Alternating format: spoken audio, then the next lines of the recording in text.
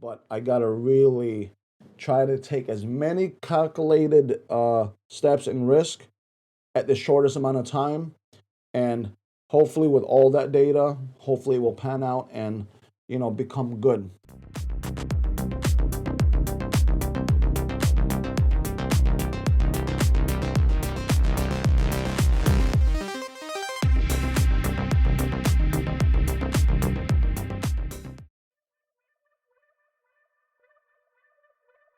Hey everyone, this is Gil Vergara back again with another video. Welcome to Do My Life, where we talk about health, wealth, and anything automotive, or I do reviews from time to time. But today, once again, I'm going to try to stay on the independent courier journey, and hopefully these videos start helping you or help you in your journey of becoming an independent courier and everything like that. But I always get asked questions either through email or through the channel about how to get started. Please feel free to check out the playlist here where I cover topics like this and things like that. But I just wanted to make a set of videos that are a bit more concise concerning topics that you guys ask me questions on. Today I wanted to tackle is how do you get started? So as I said before, check out the playlist where I talk about this right now. I talk about topics like this, but I want to make a quick video on this. So how do you get started? So there are many videos out there that show you how to get started and things like that. You can freely watch them and things like that. Obviously, you have to take action into getting started. You have to just engage yourself and get it happening. But the most important thing is taking that educated guess, taking that educated risk. Because some of you, I don't know if you're going to do it part-time or full-time or transitioning from a particular life to, to moving into a full-time independent courier.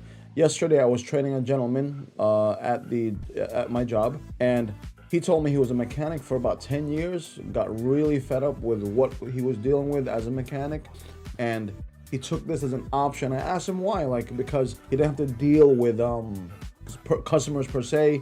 It's low stress, and that put a light bulb in my head, because that's kind of like the reason why I got into the independent courier life, because you're not really dealing with customers per se. The transactions that you're doing is super straightforward, low stress. If it's a lab technician and things like that, I'm not doing final delivery per se, so it's not like flowers or anything packaging like Amazon, stuff like that. It's usually like more lab work and paperwork to the courts, electronic pieces to 7-Eleven and other facilities like that. So understand what you're getting into before you start. That's what I'm trying to say. Understand why you want to, what is your why? What do you want to start? Do you want to disengage from your particular life and just have a easy transaction type of lifestyle? Or it could just be all monetary, right? So understand when you want to start, why do you want to start? Is it because you want some extra money? Please do not, obviously the money's there, but don't do it just for 100% of the money. I know the money I can get from it, but understand what you're giving up and what you're leveraging, right? Understand, and this is the truth of the matter. Unless you can find a mentor or a guy or a girl who's making over $1,500 without putting the hours in. It's from what I've seen, looking at the numbers of other people as well as my numbers, you are putting a good amount of hours in, which is fine. You got to work hard. So, and I tell people all the time, if you want to make 6 figures and not this quick get rich quick scheme stuff where, click a button, set up a website, do this, and you're making $200,000 a year. In my case, it was not the case. I had a t-shirt company, made some bread off of it, not to that extent. Maybe I could have marketed it better. I don't know.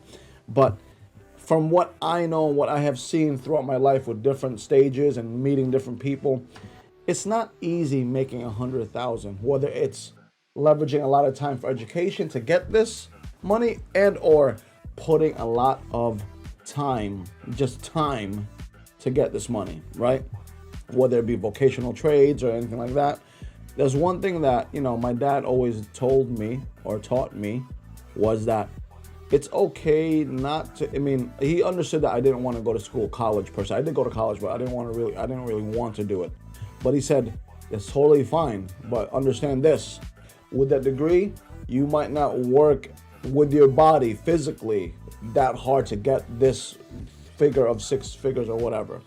But on the other end, like himself, who was he's only a 6th grade graduate, you can make the six figures, but it's going to just take a lot of leveraging, whether it's physical or, more than likely it's physical. Like I know guys who mow lawns who make six figures, but you're mowing lawns and you're doing all the stuff that entails landscaping. I know pest control people that make over like in the nines and higher, but you're leveraging. Construction workers that make over 100, welders. I know a good set of people, but you're leveraging, right? You're leveraging. So understand before you start, understand what you have to leverage, right? The numbers on certain videos I put up, you're putting minimum 60 hours a week, which is fine for me. I'm usually doing 16 hours a day of something, right? Like right now, I'm just moving on and doing like planning. I'm doing a lot of things all the time too, for investing within myself. I hope this is not a tangent or anything like that, but hopefully this discussion will ignite other people wanting to speak on it and things like that. So when do you start and how do you start, right? So when do you start is probably a better question for me, because understand that if you do this full time and you don't have this money in the back sitting there, I find that older people who have a pension already, retired, are probably better suited to take the hit, because some days you don't know things yet. You're not acclimated to the systems yet. The dispatcher you're not fully trained in different aspects of the job. You might not get the work that you really want, and you might not be putting up the numbers that you really want, unless you're just the guy that will just run long distance, which is fine. But just understand, before getting into this, get your finances right. Make sure you got at least 1,000 in the bank. I mean, for me, like 1,000, 2,000 in the bank, just for the gas, and especially with the gas. You know what I'm saying? The utility company is not gonna accept my excuses. The water company is not gonna accept my excuses.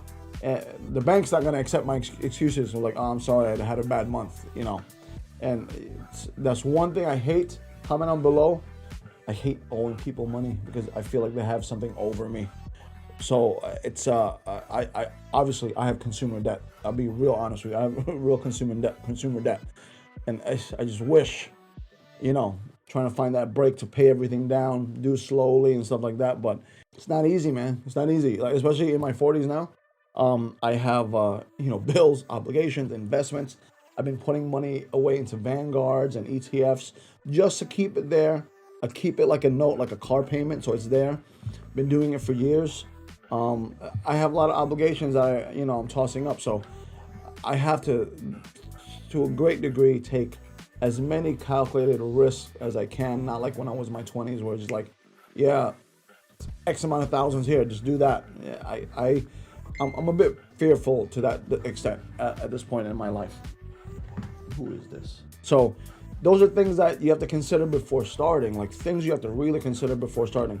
And I know there's gonna be people who comment like, you got to start now. Yeah, I always believe that you got to start now, but you got to be prepared to start now, if that makes any sense. Being prepared to start now. So get your stuff right before you start. But thank you for watching. I really appreciate it. Hopefully I'm gonna chop this up and make it make sense for you on, when to start, how to start, because you can find videos all day about seeking 1099 work and all those and whatever. But I just want to tackle the initial steps of when is a good time to start, how you should approach to that start, and always put the best foot forward so you're more focused in on, is this the right decision for me at this point of my life, with everything going on and whatever's in front of me, whatever obstacles or whatever is in front of me, as in stuff I gotta eat on my plate, right? And that's one thing that maybe some people don't consider. Everyone's so money driven, which is not bad, but as I'm getting older, I'm realizing that I gotta pick my shots properly, because $1,000, $2,000, $3,000, $5,000 in this investment, if it's not working out, then I'm thinking like it could have gone in this investment. Am I right? Comment down below if you agree with me. So and understand that I have a lot of people depending on me. Like I have a lot of people depending on me that, back home in the Philippines, is here to make sure that things happen, right? There's a lot of pressure on this end, and I just gotta, that's a life that I built for myself, which is fine for me, but I gotta really try to take as many calculated steps and risk at the shortest amount of time. And hopefully with all that data, hopefully it will pan out and, become good. So that's why I'm trying my best to be super efficient with like spreadsheets, my numbers and things like that, so I can take the best educated guess. So please feel free to check out the playlist around here somewhere. And I appreciate your time. Take care. God bless. And I'll see you guys soon. Bye.